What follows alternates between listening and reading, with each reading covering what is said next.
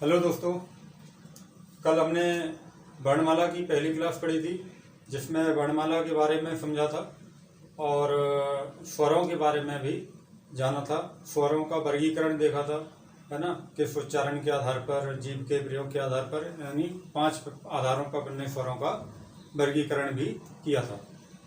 आज वर्णमाला की जो अगली क्लास है आज उस अगली क्लास, ए वाली क्लास बहुत इंपॉर्टेंट है। इससे बहुत काफ़ी क्वेश्चन इससे आते हैं। इसमें अयुग्मवाह्य, व्यंजन, अंतस्थ व्यंजन, ऊष्म व्यंजन, संयुक्त वर्ण, इसके अलावा लुंठित व्यंजन, काकल्य वर्ण किसे कहा जाता है ना, संयुक्त व्यंजन किस किस से मिलके बनते हैं, कौन सा वर्ण किसके बाद आता है, ये सारी चीज़ें। और ये ज़्यादातर एग्जामों में ये क्वेश्चन पूछे जाते हैं, तो ये बहुत इंपॉर्टेंट है आज की क्लास। इसको बिना स्किप किए हुए देखना। आज देखिए, वर्णमाला की जो अगली क्लास है ये है अयोगवाह्य। अयोगवाह्य का मतलब क्या होता है? अयोग यानी जिसका ना स्वर के साथ योग हो सके ना ही व्यंजन के साथ योग हो, उन्हें अयोगवाह्य कहा जाता है। अयोगवाह्य दो हैं, एक है, पहला है अनुस्वार और दूसरा है विसर्ग। ठीक है, अनुस्वार और विसर्ग को ही अयोगवाह्य कहा जाता है। इनको अयोगवाह्य कहने का रीजन क्या है कि जैसे व्यंजन होता है तो व्यंजन क्या होता है कि व्यंजन के बाद स्वर आता है। जैसे का है, का के बाद स्वर आएगा आ, लेकिन अयोगवाह्य से पहले स्वर आता है। जैसे प्रातः हमने लिखा है ना, तो इसमें क्या होगा, ता को आधा करेंगे तो इसमें से आ निकलेगा और आ के बाद फिर इस यहाँ पे विसर्ग आएगा। तो यानी अयोगवाह्य से पहले स्वर आता है जबकि व्यंजन के बाद स्वर आता है ना। इसी कारण इनको अयोगवाह्य यानी ना तो इनको स्वर के साथ लिया गया है और ना ही इन्हें व्यंजन के साथ रखा गया है। ठीक है, तो अनुस्वार का जो चिन्ह होता है, अनुस्वार का चिन्ह एक चंद्र, एक बिंदु टाइप की होती है, और आहा का यानी विसर्ग का ये चिन्ह होता है। विसर्ग किसी भी वर्ण के आगे 2 बिंदु के रूप में लगता है, जबकि अनुस्वार किसी भी एक पंचमाक्षर की जगह पर अनुस्वार का यूज किया जाता है। पंचमाक्षर कौन से होते हैं? ये अंगा, या, अड़ा, ना, मा, इनकी जगह पर अनुस्वार का यूज किया जाता है। जैसे ये अंश हमने लिखा है, तो अंश में ये जो बिंदु है ये क्या है? अनुस्वार है। ठीक है ना। यहाँ पर किसका वो किया गया है, मतलब जैसे पंकज है, पंकज, तो पंकज में जो बिंदु है यहाँ पर अनुस्वार का यूज किया गया है। अगर इसको हम संस्कृत में लिखते तो फिर इस तरीके से इसको लिखना पड़ता हमें, तो इसमें बहुत सारी गलतियां होती थी। इसलिए अनुस्वार का प्रयोग केंद्रीय हिंदी निर्देशालय ने अनुस्वार के प्रयोग को मान्यता दे दी है। इसके बाद विसर्ग का यूज, जैसे आपको पता ही है, प्रातः, नमः, इन सभी वर्णों में हा के रूप में इसका उच्चारण होता है। विसर्ग का जो उच्चारण होता है वो हा के रूप में होता है। और इनमें क्या होता है, इनको ना तो स्वर कहा जाता है ना ही व्यंजन कहा जाता है। इनको स्वर और व्यंजन ना कहने का एक रीजन ये भी है कि इनमें जब इनका उच्चारण करते हैं, जैसे पंकज बोला तो ना की तरह उच्चारण हो रहा है इसका, जबकि स्वर की परिभाषा क्या है कि कहीं भी व्यंजन नहीं आना चाहिए, स्वर तो स्वतंत्र होते हैं। और व्यंजन की परिभाषा क्या होता है कि व्यंजन के बाद स्वर आना चाहिए, लेकिन इसमें पहले आ रहा है।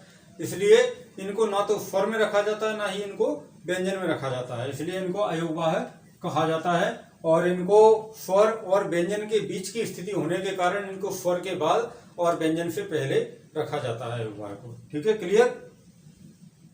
तो अयोगवाह्य के बाद अब आते हैं व्यंजन। व्यंजन किसे कहा जाता है? व्यंजन की संख्या जो संख्या है वो 33 व्यंजन है। इसमें द्विगुण व्यंजन को मिला लिया जाए तो ये 35 हो जाते हैं, तो मूलतः ये 33 व्यंजन है व्यंजन। ठीक है, अब व्यंजन की परिभाषा क्या है कि ऐसे वर्ण जिनका उच्चारण स्वर की सहायता के बिना ना किया जा सके उन्हें व्यंजन कहा जाता है। यानी कि ऐसे वर्ण जिनका उच्चारण करने के लिए हमें स्वर की सहायता लेनी ही पड़े उन्हें व्यंजन कहा जाता है। अब व्यंजन में भी स्पर्शी व्यंजन होते हैं, स्पर्श व्यंजन, अंतस्थ व्यंजन, ऊष्म व्यंजन, ये व्यंजन होते हैं। तो इसमें स्पर्श व्यंजन या वर्गीय व्यंजन। इन्हीं को वर्गीय व्यंजन भी कहा जाता है क्योंकि इनको 5 वर्गों में बांटा गया है, का वर्ग, चा वर्ग, टा, ता, पा वर्ग। तो इस तरीके से इनको वर्गों में बांटा गया है, इसलिए इन्हें वर्गीय व्यंजन भी कहा जाता है। और स्पर्श व्यंजन इनको क्यों कहते हैं, क्योंकि इनका जो उच्चारण है, तो इनका उच्चारण करते समय हमारी जो जीभ है वो मुख के अलग अलग हिस्सों को स्पर्श करती है, इसलिए इनको स्पर्शी व्यंजन भी कहा जाता है। अब इनको जो 5 वर्गों में जो बांटा गया है, एक वर्गीय व्यंजन यानी स्पर्शी व्यंजन की संख्या कितनी है, 25। स्पर्शी व्यंजन कितने होते हैं, 25 स्पर्शी व्यंजन होते हैं। इसमें पहला है अपना का वर्ग। जो का वर्ग है, का वर्ग में का, खा, गा, घा और अंगा, इसको क्या बोला था, अंगा। जो का वर्ग का जो पंचमाक्षर है उसको अंगा, चा वर्ग का है उसको या, और टा वर्ग का है उसको अणा बोला जाता है। इनको अणा अणा बोल देते हैं ज्यादातर लोग, लेकिन इनका उच्चारण अलग अलग है। ये अंगा होता है, ये या और ये अणा। तो का वर्ग का जो उच्चारण होता है, जब हम का, खा, गा, घा, अंगा जब बोलते हैं तो इनका उच्चारण सीधा कंठ से होता है, यानी आवाज कहाँ से आती है, गले से। मुख खुला रहता है और आवाज बाहर निकलती रहती है, तो इनका उच्चारण कंठ से होता है, इसलिए इनको कंठ व्यंजन कहा जाता है। का वर्ग कौन सा है, कंठ व्यंजन है। इसके बाद चा वर्ग। चा वर्ग कौन सा है, चा वर्ग का उच्चारण तालु से होता है, इसलिए इन्हें तालव्य व्यंजन भी कहा जाता है, जैसे चा, छा, जा, झा, या। तो ये जो चा वर्ग का जो व्यंजन है, इनको तालव्य व्यंजन कहा जाता है, यानी कि इनका उच्चारण जीभ का जो दांतों के जो ऊपर मसूड़े होते हैं ना, उनको तालु कहा जाता है, तो इनको तालव्य व्यंजन कहा जाता है। इनका उच्चारण जीभ तालु से लगती है, इसलिए इन्हें तालव्य व्यंजन कहते हैं। तो चा वर्ग। चा के बाद टा वर्ग। टा वर्ग को मूर्धन्य व्यंजन, वीर रस की रचनाओं में ज्यादातर टा वर्ग का यूज किया जाता है, टा, ठा, डा, ढा, णा का, जब वीर रस की जब रचना होती है, या फिर संयुक्त अक्षरों का यूज किया जाता है। तो ये जो टा वर्ग जो है, टा वर्ग में टा, ठा, डा, ढा, अणा, ये 5 व्यंजन आते हैं, और इसमें जीभ सबसे ऊपर लगती है, यानी मुख का जो सबसे मध्य जो भाग है ना, जीभ ऊपर लगती है और झटके से एकदम नीचे गिरती है, टा, ठा, डा, ढा, अणा। तो इनमें टा वर्ग में इनको मूर्धन्य व्यंजन या मूर्धा से इनका उच्चारण होता है, इसलिए इन्हें मूर्धन्य व्यंजन भी कहा जाता है। इसके बाद आता है ता वर्ग। ता वर्ग जो है, ता वर्ग को दंत व्यंजन भी कहा जाता है, दंत व्यंजन।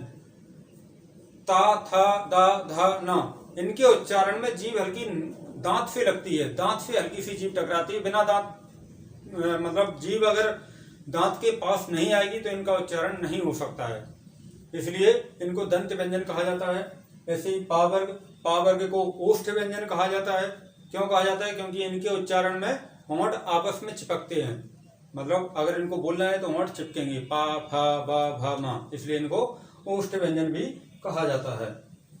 तो ये जो स्पर्शी व्यंजन है वो कितने हैं, 25 हैं। स्पर्शी व्यंजन 25 हैं, और ये जो पंचमाक्षर हैं, इन्हीं के जो पंचमाक्षर हैं, ये जो 5 जो अक्षर हैं, सभी 5 वर्गों के 5वें अक्षर, इनको नासिक्य व्यंजन कहा जाता है। इनका उच्चारण कहाँ से होता है, नाक से। ये क्वेश्चन आता है, नासिक्य व्यंजन कौन से हैं। नासिक्य व्यंजन पंचमाक्षर है। ऑप्शन में पंचमाक्षर भी दे सकते हैं, या वर्गों के 5वें अक्षर, या इनमें से कोई एक भी पूछा जा सकता है कि इनमें से कौन सा एक नासिक है, 3 नहीं देंगे, एक नासिक दे देंगे।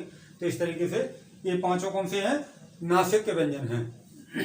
अब ये तो हो गए आपके स्पर्शी व्यंजन। अब चूंकि स्पर्शी व्यंजन तो सभी है, क्योंकि हर किसी भी अपन वर्ण का यूज करें तो जीभ मुख के किसी न किसी भाग को तो स्पर्श करती है। तो ये 25 तो अपन ने देख ली, इनके अलावा भी और कौन कौन से जीभ कहाँ कहाँ स्पर्श करती है, क्योंकि इनके अलावा ज्यादातर पूछा जाता है। ये तो सभी को रटे रहते हैं कि कौन से व्यंजन है। अब इनके अलावा कंठ व्यंजन और कौन कौन से हैं।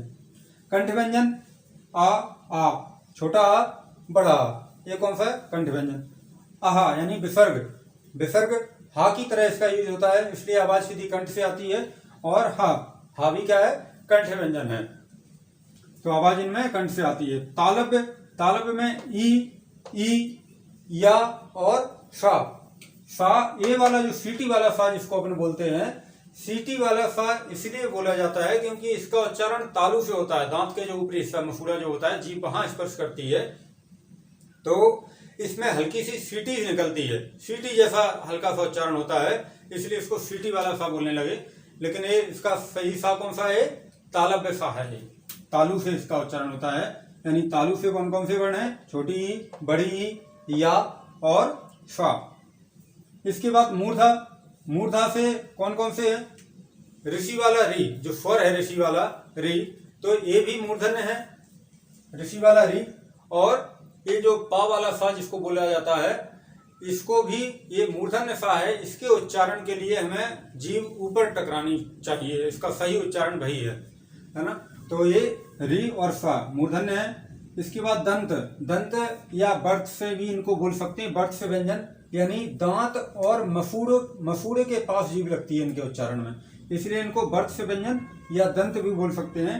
ये कौन कौन से हैं? रा, ला, सा। सा कौन सा? ये जो सपेरा वाला या रा वाला सा जिसको बोलते हैं, इसका सही उच्चारण है कि जीभ दांत से लगे, इसलिए इसको इस वाले सा को दंत व्यंजन कहा जाता है। यानी सीटी वाला सा कौन सा? तालु। पा वाला सा कौन सा? मूर्धा। और रा वाला सा दंत सा होते हैं। तीनों सा हैं। और हा कौन सा होता है? कंठ होता है। तो इस तरीके से ये रा, ला, सा ये दंत या बर्थ से व्यंजन कहलाते हैं। ओष्ठ। ओष्ठ होते हैं छोटा ऊ, बड़ा ऊ, ओष्ठ होते हैं। इनके उच्चारण में होंठ गोल हो जाते हैं, इसलिए इनको ओष्ठ कहा जाता है। अब ये तो पूछ लिए जाते हैं, इनमें आ और आ ज्यादातर पूछ लिया जाता है। आ कौन सा व्यंजन है? कंठ है। बड़ा या छोटी ई भी पूछ ली जाती, तालु है। लेकिन इनके अलावा ये बहुत ज्यादा इंपॉर्टेंट है, ये वाले, इनसे क्वेश्चन आते हैं। कंठ तालव्य। कंठ तालव्य सीधा सीधा पूछ लिया जाता है। ए आय कौन से वर्ण है? कंठोष्ठ, कंठ तालव्य, दंतोष्ठ, नासिक कौन से है? तो ये ए और आय जो वर्ण हैं, कंठ और तालव्य, इनके उच्चारण में जो हवा है वो कंठ से निकलती है और तालु से हल्की जीभ लगती है, इसलिए इनको कंठ तालव्य कहा जाता है। ठीक ना। तो ए और आय कंठ तालव्य व्यंजन कहलाते हैं। ए और आय जीभ तालु के पास पहुंचती है इनके उच्चारण के लिए। इसके बाद कंठ और ओष्ठ। कंठ और ओष्ठ कौन से हैं? ओ, इनका तो क्लियर ही है क्योंकि आवाज कंठ से आ रही है और होंठ गोल हो रहे हैं, ओ औ। ठीक ना। तो इनका क्लियर है, ये कंठ ओष्ठ है। दंत और ओष्ठ। दंत ओष्ठ यानी जीभ दांत के पास आती है और होंठ गोल हो जाते हैं। वा में जीभ दांत के पास आ रही है, होंठ गोल हो रहे हैं, इसलिए दंत ओष्ठ है। और नासिक। नासिक के व्यंजन कौन से? अभी मैंने बताया था, सभी वर्गों के 5वें अक्षर यानी पंचमाक्षर जो व्यंजन है वो नासिक होते हैं। और इनके अलावा जो अनुस्वार है, अम की जो बिंदी है, अनुस्वार भी नासिक व्यंजन कहलाता है, नासिक वर्ण कहलाता है। ठीक है, ये इतना क्लियर हुआ। जल्दी पढ़ा रहा हूँ और थोड़ा सारे क्वेश्चन लेके चल रहा हूँ कि कोई भी क्वेश्चन आपका ना छूटे, इसलिए मैंने पहले लिख के रख लिया है कि बार बार लिखूंगा तो ज़्यादा लंबा वीडियो होगा और टाइम भी ज़्यादा लगेगा। इसके बाद अंतस्थ व्यंजन। अगर आपको अच्छा लगे तो वीडियो को लाइक और सब्सक्राइब कर लेना। अंतस्थ व्यंजन। अंतस्थ व्यंजन कौन से होते हैं? या, रा, ला, वा। या, रा, ला, वा अंतस्थ व्यंजन कहते हैं, होते हैं। अंतस्थ व्यंजन किसे कहा जाता है? अंतस्थ व्यंजन होते हैं कि अंतस्थ का अर्थ होता है भीतर का, यानी ऐसे वर्ण जिनका उच्चारण करने के लिए हवा मुख से पूरी तरीके से बाहर नहीं निकलती है, लगभग अंदर ही रह जाती है, इसलिए इन्हें अंतस्थ व्यंजन भी कहा जाता है। ठीक है।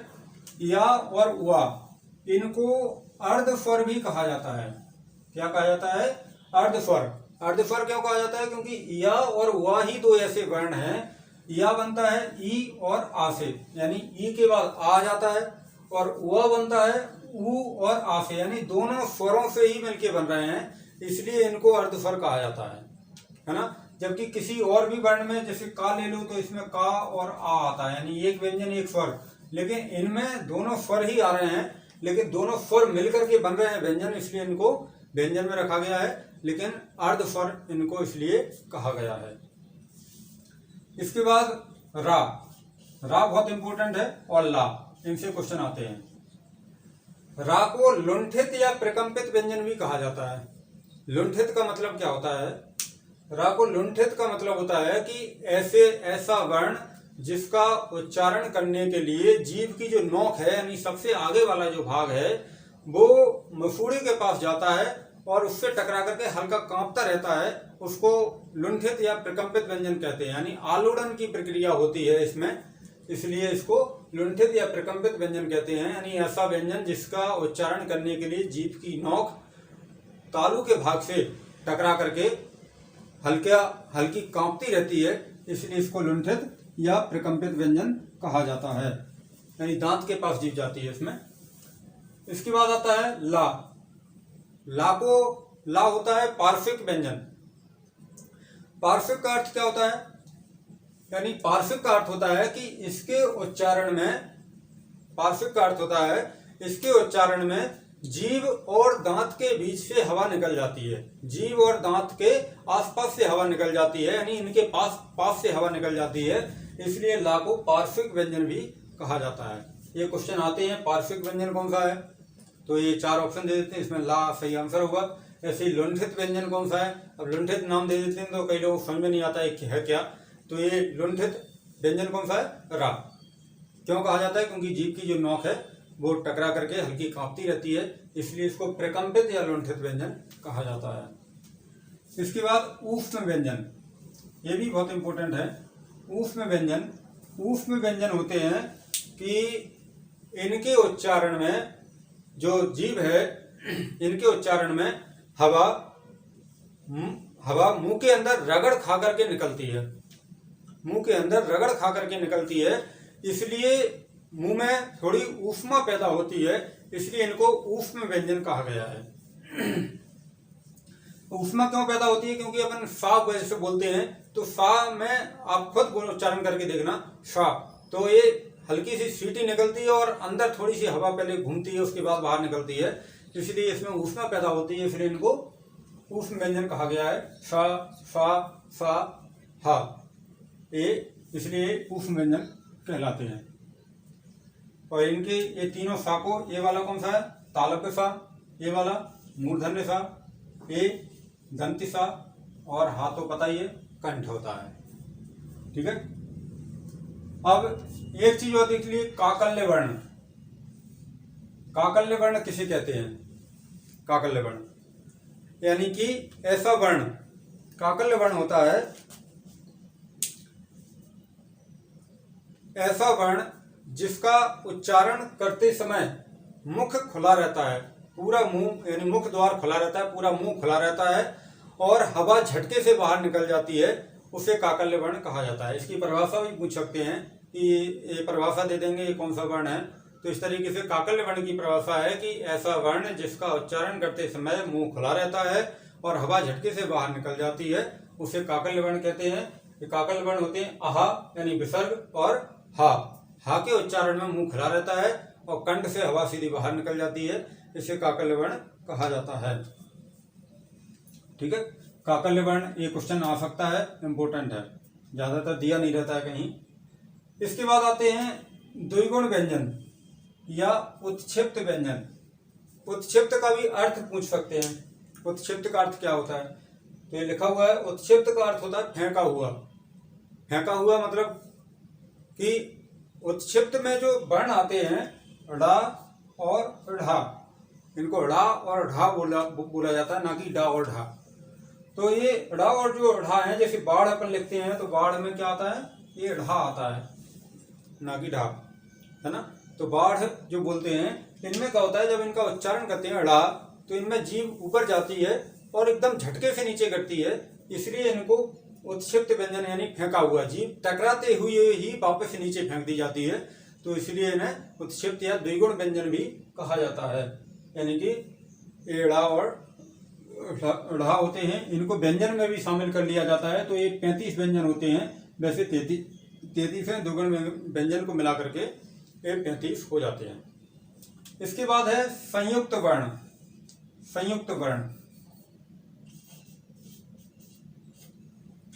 संयुक्त वर्ण 4 होते हैं, छत्र, ज्ञ और स्र।